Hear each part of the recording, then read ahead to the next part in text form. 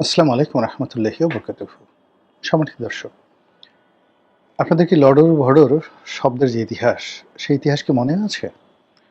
আমাদের নোবেল জয়ী সাবেক তত্ত্বাবধায়ক বা অন্তর্বর্তীকালীন সরকারের প্রধান বিশ্ব মানব ডক্টর মোহাম্মদ ইউনূস যখন রাষ্ট্র ক্ষমতা পেলেন, তার অনুভূতি জিজ্ঞেস করা হলো বা তার প্রতিক্রিয়া সাংবাদিকরা জানতে চাইলেন। তিনি সহাস্য বদনে ভুবন মোহিনী হাসিতে বিশ্ববাসীকে মুগ্ধ করে তিনি বললেন যে আসে দেখলাম সব কিছু লডর ভডর করে ফেলেছে। তো লডর ভডর আমরা আসলে এই অঞ্চলের মানুষ, ঢাকা বা ধরেন আমাদের এখানে যারা প্রমিত বাংলা বলেন, তারা এই শব্দটির সঙ্গে পরিচিত নয়। এটি আঞ্চলিক শব্দ, চট্টগ্রাম অঞ্চলে এটি ব্যবহৃত হয় এবং এটি ডক্টর মোহাম্মদ ইউনূসের মাতৃভাষা। লডর ভডর অর্থ বিশৃঙ্খল, এলোমেলো, একটার সঙ্গে আরেকটা লাগিয়ে দেয়া। আপনি যদি পুরনো ঢাকাতে যান, যে দেখবেন যে সেখানে যে ইলেকট্রিক লাইনগুলো যেভাবে রাস্তার উপরে আছে কিংবা রাস্তার দুই পাশে যেভাবে মানে সব কিছু এলোমেলো হয়ে পড়ে আছে, এটাকে চট্টগ্রামের লোকজন আঞ্চলিক ভাষায় বলা হয় লডর ভডর। তো সেই দিক থেকে ডক্টর মোহাম্মদ ইউনূস রাষ্ট্র ক্ষমতা লাভ করার পর তিনি যেভাবে ব্রিফড হয়েছিলেন, অর্থাৎ তাকে যেভাবে জানানো হয়েছিল, সেটা ডিজিএফআইয়ের পক্ষ থেকে হতে পারে, এনএসআইয়ের পক্ষ থেকে, তার রাজনৈতিক কানেকশন, মার্কিন যুক্তরাষ্ট্রের গোয়েন্দা সংস্থা, সব মিলিয়ে তার সামনে এসেছিল এক গাদা সমস্যা। অর্থনৈতিক সমস্যা, আমলাতান্ত্রিক সমস্যা, বৈদেশিক ঋণ, সব মিলিয়ে তিনি মুহূর্তের মধ্যে হোঁচট খেয়েছেন। সারা জীবন তিনি পোলাও খাওয়া মজনু।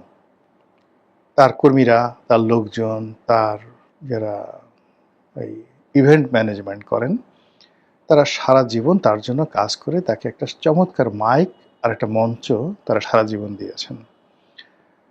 তিনি মঞ্চে গিয়ে কথা বলেছেন আর চেকে সিগনেচার করেছেন আর ব্যাংক ভরে টাকা দিয়ে গেছে বিভিন্ন লোকজন। জীবনের এই পর্যায়ে তাকে খুব বেশি পরিশ্রম করতে হয়নি, শুধু কৌশল করতে হয়েছে, বুদ্ধি করতে হয়েছে, চালাকি করতে হয়েছে। কিন্তু রাষ্ট্র পরিচালনাটা যে গ্রামীণ ব্যাংক চালানো নয়, রাষ্ট্র পরিচালনাটা নোবেল পুরস্কার পাওয়া নয়। রাষ্ট্র চালানো এখানে ড্যানন কিংবা ধরুন অলিম্পিকের মশাল পরিচালনা করা, ড্যানন কোম্পানি বাংলাদেশে আনা, গ্রামীণ ফোন চালানো, এইগুলোর মতো নয়। এটা অ্যাবসলিউটলি একটা ভিন্ন বিষয়। হিউম্যান ক্যারেক্টারিস্টিক্সের সর্বোচ্চ গুণাবলী, সর্বোচ্চ যোগ্যতা আপনার থাকতে হবে, অথবা আপনার না থাকলেও চলবে, আপনার পাশে অ্যাটলিস্ট 9 জন লোকের, ইতিহাস প্রমাণিত, দেয়ার আর 9 জুয়েলস।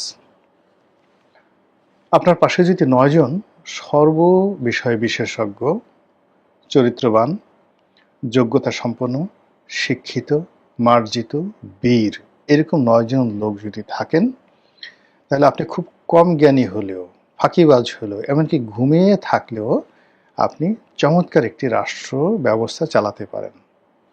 যেমন ধরুন চন্দ্রগুপ্ত মৌর্য, তার 9 জন জেনারেল ছিল বা 9 জন রত্ন ছিল, 9 জুয়েলস। এর মধ্যে চাণক্য ছিলেন। তো তিনি সুন্দর একটি রাজ্য চালিয়ে গেছেন। এই 9 জন যে জেনারেল, 9 জন রত্ন, 9 জন মন্ত্রী, আমির ওমরা, তারা আবার তার ছেলে বিন্দুসার, বিন্দুসার জমানাতে ছিলেন। বিন্দুসার বলতে গেলে কিছুই করেননি, সে শুধু অলসভাবে কাটিয়েছেন, কারো উপকারও করেননি, ক্ষতি করেননি, কিন্তু তার বাবা যে রাজ্যটা রেখে গেছেন, সেই রাজ্যটা একেবারে চমৎকারভাবে চালিয়েছেন তার ওই 9 জন জুয়েলসের কারণে। আচ্ছা, তো একইভাবে ধরুন অন্যান্য যারা আছেন, ইতিহাসের যত বিখ্যাত, দেশে দেশের বাইরে, সারা দুনিয়াতে, সবারই কিন্তু এরকম একটা পরামর্শ সভা ছিল এবং সেই পরামর্শ সভায় 9 জন, 9 সংখ্যাটা রাজার জন্য খুবই গুরুত্বপূর্ণ। দেয়ার আর 9 জুয়েলস। সম্রাট আকবরের নবরত্ন সম্পর্কে আমরা তো সবাই জানি। মধ্যযুগে সম্রাট আকবরের নবরত্ন সভায় যে 9 জন জুয়েল ছিলেন, এইরকম 9 জন জুয়েলস সারা দুনিয়াতে ছিল না।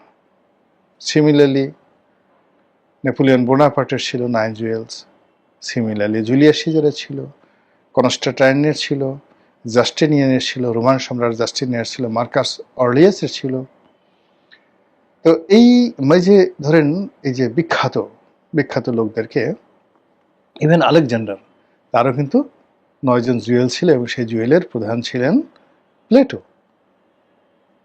এই অবস্থা। আর্কিমিডিস, যে প্রাচীন গ্রিক সম্রাটের সভাসদ ছিলেন, 9 জুয়েলসের অন্যতম ছিলেন আর্কিমিডিস। কনফুসিয়াস, তিনি একটা তার যে চীন সম্রাট, সেই চীন সম্রাটের অন্যতম সভাসদ ছিলেন। 9 জুয়েলসের প্রধান জুয়েল ছিলেন কনফুসিয়াস। এইভাবে আপনার যদি বুদ্ধিমান জ্ঞানী লোকজন থাকে তাহলে আপনি চোখ বুঝে কাটাতে পারেন। ডক্টর মোহাম্মদ ইউনূসের যে সফলতা, সেই সফলতার পিছনে এরকম 9 জন জুয়েলস ছিল, ফলে তিনি সফল হয়েছেন। জিয়াউর রহমানের 9 জুয়েল ছিল, তারপরে এরশাদ সাহেবের 9 জুয়েল ছিল, এবং বিভিন্ন সেক্টরে তার 9 জুয়েল ছিল। তার সে দেয়ার ওয়াজ গ্রেট 10, G10 বলা হয়, 10 জন সচিবের একটা গ্রুপ ছিল এরশাদ সাহেবের। এর মধ্যে পলিটিক্যাল সেক্টরে তার এরকম 9 জুয়েল ছিল। তাদের পরামর্শে এরশাদ সাহেবের অত লেখাপড়া, অত জ্ঞান গরিমা, এত কিছু ছিল না, শুধু একটা ভালো যাকে বলে এরকম একটা সঙ্গ থাকার কারণে সে 9টা বছর দেশকে উপহার দিয়ে গেছে। শেখ হাসিনার এরকম 9 জুয়েল ছিল।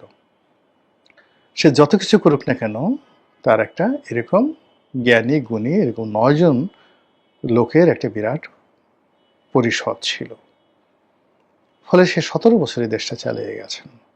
সেই ক্ষেত্রে ডক্টর মোহাম্মদ ইউনূসের যে 9 জুয়েলস, যেটা তার সিলেকশন ছিল কর্পোরেট জগতে, মাল্টিমিডিয়া জগতে, সেইটা তিনি রাজনীতিতে সিলেক্ট করতে পারেননি। তার জুয়েলসের মধ্যে যাদেরকে আমরা দেখেছি, আলী রিয়াজ সাহেব, তার জুয়েলসের মধ্যে আমরা দেখেছি আসিফ নজরুল সাহেব, তার জুয়েলসের মধ্যে আমরা দেখেছি শফিক সাহেব, যিনি তথ্য উপদেষ্টা, তার জুয়েলসের মধ্যে দেখেছি মাহফুজ বা নাহিদ, ওনাদেরকে দেখেছি। তো বোঝার চেষ্টা করেন, ফলে তিনি ফেল করেছেন। এখন জনাব তারেক রহমান সাহেবের 9 জুয়েলস কারা কারা আছেন যদি দেখেন, সবচেয়ে এই মুহূর্তে তার পক্ষে যারা খুব সরব, একের প্রান্তিক থেকে শুরু করেন, 1 নম্বর হলো আমজনতা দলের জনাব তারেক রহমান, সবাই যাকে আমতারেক হিসেবে জানেন। 1 নম্বরে তাকে সবচেয়ে প্রমোট করেন। 2 নম্বরে যে তুমি ধরেন আমতারেক সাহেবের পরে, সেটা হলো রাশেদ খান, যাকে তিনি সচিব পদে নিয়োগ দান করেছেন। রাশেদ খানের পরে যদি আপনি ধরেন, তার পক্ষে কথা বলেন, সবচেয়ে বেশি কথা বলেন নুরুল হক নুরু, গণ অধিকার পরিষদ, এটা হলো 3 নম্বর জুয়েল। 4 নম্বর জুয়েল আছেন আন্দালিব রহমান পার্থ। 5 নম্বর জুয়েল আছেন যারা তার পক্ষে কথা বলেন বা রাজপথে আছেন, সেটা হলো যুবদল নেতা নয়ন। যুবদল নেতা নয়নের পরে তার সঙ্গে আছেন জুনায়েদ সাকি, 6 নম্বর। তো জুনায়েদ সাকির পরে সরকারের যে গুরুত্বপূর্ণ ব্যক্তি আপনি যদি ধরেন, সেটা হলো যে ওনার একেবারে খুব কাছাকাছি ওনার ডেপুটি বা প্রেস সেক্রেটারি আছেন, সবসময় ওনার সাথে থাকেন, এরকম তাকে ধরে নেওয়া হয় তিনি 9 জুয়েলসের মধ্যে একজন। 7 নম্বর, আমি ভদ্রলোকের নাম এখন মনে করতে পারতেছি না। এরপর মীর শাহে আলম, তাকে মনে করা হয় 9 জুয়েলসের অন্যতম কুশীলব। আর হলো সালাউদ্দিন সাহেব। তো এই যে 9 জন ব্যক্তি আমি বললাম, এই 9 জন ব্যক্তি দেখবেন যে জলে, স্থলে, অন্তরিক্ষে যারা সবসময় তারেক রহমান সাহেবের রিপ্রেজেন্ট করেন, তার পক্ষে কথা বলেন, ন্যারেটিভ তৈরি করার চেষ্টা করেন এবং প্রতিপক্ষর বিরুদ্ধে যুদ্ধ, লড়াই, সংগ্রাম করতে সাহায্য করেন। তো এই 9 জুয়েলসের যে সফলতা, এই সফলতার দ্বারা এখনো পর্যন্ত গত 6 মাসে সরকার ওই যে একটা ঐতিহাসিকভাবে শেখ হাসিনার কাছ থেকে যে একটা লড়র ভড়র মার্কা একটা দেশ পেয়েছেন ডক্টর মোহাম্মদ ইউনূস, তিনি এটাকে আবার লর্ডর ভর্ডর টু দি পাওয়ার স্কোয়ার, বা যে আছেন A+B হোল স্কোয়ার, তো লর্ডর ভর্ডর হোল স্কোয়ার, লর্ডর প্লাস ভর্ডর হোল স্কোয়ার, এই হোল স্কোয়ার করে তিনি রেখে গেছেন এবং সেটা তারেক রহমান সাহেব গ্রহণ করেছেন। এখন তিনি এবং তার এই যে 9 জুয়েলস, তারা গত 6 মাসে এই লর্ডর প্লাস ভর্ডর হোল স্কোয়ার এটাকে কিউব করেছেন নাকি এটাকে রুট ওভার করেছেন, এটাকে কি কিউবের পরিবর্তে আরও বেশি করেছেন, এটা আপনারা সিদ্ধান্ত নেন। কিন্তু আমরা যেটা দেখতে পাচ্ছি সেটা হলো রাষ্ট্র কিভাবে চলছে আমরা কেউ সুনির্দিষ্টভাবে বলতে পারছি না। রাষ্ট্র কিভাবে চলবে এই ব্যাপারে আমরা কোনো আশাবাদী কোনো রকম চিন্তা চেতনা স্বপ্ন আমাদের মধ্যে নেই। এই সরকার আসলে কতদিন টিকবে এরকম প্রশ্ন যদি আপনি মানুষের কাছে শুনেন, আপনি একটি ইতিবাচক কথা আমজনতার কাছ থেকে, মানে যারা বিএনপির যারা কট্টরপন্থী লোকজন আছে তারা তো সবসময় বলবে যে এই সরকার কিয়ামত পর্যন্ত চলুক, 2041 সাল পর্যন্ত চলুক, তারেক রহমান সাহেবের পরে জায়মা আসুন, জুবাইদা আসুন, তারা সবাই তাকে সমর্থন করবে। কিন্তু আপনি যদি একেবারে আমজনতা যারা বিএনপি করে না, আওয়ামী লীগ করে না, জামাত করে না, তাদের কাছে জিজ্ঞাসা করেন একটা সিঙ্গেল ভালো শব্দ গত 6 মাসে সরকারের ব্যাপারে আমজনতার কাছ থেকে আসেনি। তো কাজে আগে যে লডর ভডর সেই লডর ভডরটা এখন আরো বেশি লডর ভডর হয়ে গেছে। একটা মানুষ বেঁচে থাকে তার স্বপ্ন নিয়ে আর তার স্মৃতি নিয়ে। আমরা যদি গত 17 বছরের স্মৃতি চিন্তা করি, শেখ হাসিনা জমানার 15 বছর, ডক্টর মোহাম্মদ ইউনূসের 2 বছর, এই 17 বছরের স্মৃতি, তার আগে 1/11-এর যে স্মৃতি, আমাদের কাছে এখনই মনে হচ্ছে 1/11টা আসলে আমাদের একটা সুখ স্বপ্ন ছিল। দুর্নীতি ছিল না, অনিয়ম ছিল না, সব কিছু মানে একেবারে টু দি পয়েন্টে। আপনি মইনুদ্দিন ফখরুদ্দিনকে যতই গালাগালি করেন না কারণ এখন আপনি যদি আপনি তাদের সেই সময় 2006 থেকে 2009 পর্যন্ত ওই সময়টাতে আপনি অ্যাডমিনিস্ট্রেশন দেখেন, ফাইন্যান্সিয়াল অবস্থা দেখেন, মানুষের ক্রয় ক্ষমতা দেখেন, সামাজিক অপরাধ দেখেন, সবকিছু মনে হবে ওই সময়টা একটা জান্নাতের। এর বাইরে 2009 থেকে আজকের সময়টা পর্যন্ত টানা 17 বছর ধরে শুধু লডর ভডর লডর ভডর লডর ভডর হতেইছে। এর ফলে বলে না যে ঘর পোড়া গরু সিঁদুরে মেঘ দেখলে ডরায়। আমাদের দেশের বেশিরভাগ মানুষের ঘর পুড়ে গেছে, কারো অফিস, কারো বাড়ি, কারো পরিবার, কারো ব্যবসা, কারো বাণিজ্য, কারো মস্তিষ্ক, কারো হৃদয়, কারো মন, কারো স্বপ্ন তছনছ হয়ে গেছে। ফলে এই জায়গা থেকে বের হওয়ার জন্য যে স্বপ্ন দরকার, ড্রিম দরকার, যে উদ্দীপনা দরকার, সেটা এই সরকার এখন পর্যন্ত তৈরি করতে পারছে না। সরকার ফ্যামিলি কার্ডের কথা বলছে, পুরনো লডর ভডর লক্কর ঝক্কর মার্কা যে বাসগুলো আছে সেগুলোতে গোলাপি রং লাগিয়ে মহিলাদের জন্য এরকম কয়েকটা বাস রাস্তায় নামানো হয়েছে। তো এই জিনিসগুলো অনেকটা লিপস্টিক, অনেকটা কসমেটিক, মানে যাকে বলা হয় ডেভেলপমেন্টের মতো। এটা অন দ্য লং রানে কোনো মানুষকে স্বস্তি দিচ্ছে না। রাস্তাঘাটের বেশিরভাগ এলাকা বেশিরভাগ সময় ফ্রি থাকে, কখনো কখনো কোথাও দুঃসহ যানজট লেগে যায় ম্যানেজমেন্ট না থাকার কারণে। মানুষ কাজের জন্য হন্য হয়ে ঘুরছে। পুরো ইকোনমিটা 2 ভাগে বিভক্ত হয়ে গেছে। সামান্য কিছু মানুষ, সেটা ঘুষ হোক, দুর্নীতি হোক বা বড় বড় কর্পোরেট যে কাজগুলো হোক, তারা মানে 2 হাতে বস্তায় বস্তায় টাকা উপার্জন করছে, শেষ করতে পারছে না। এদের সংখ্যা লাখেও নয়, 10 লাখে।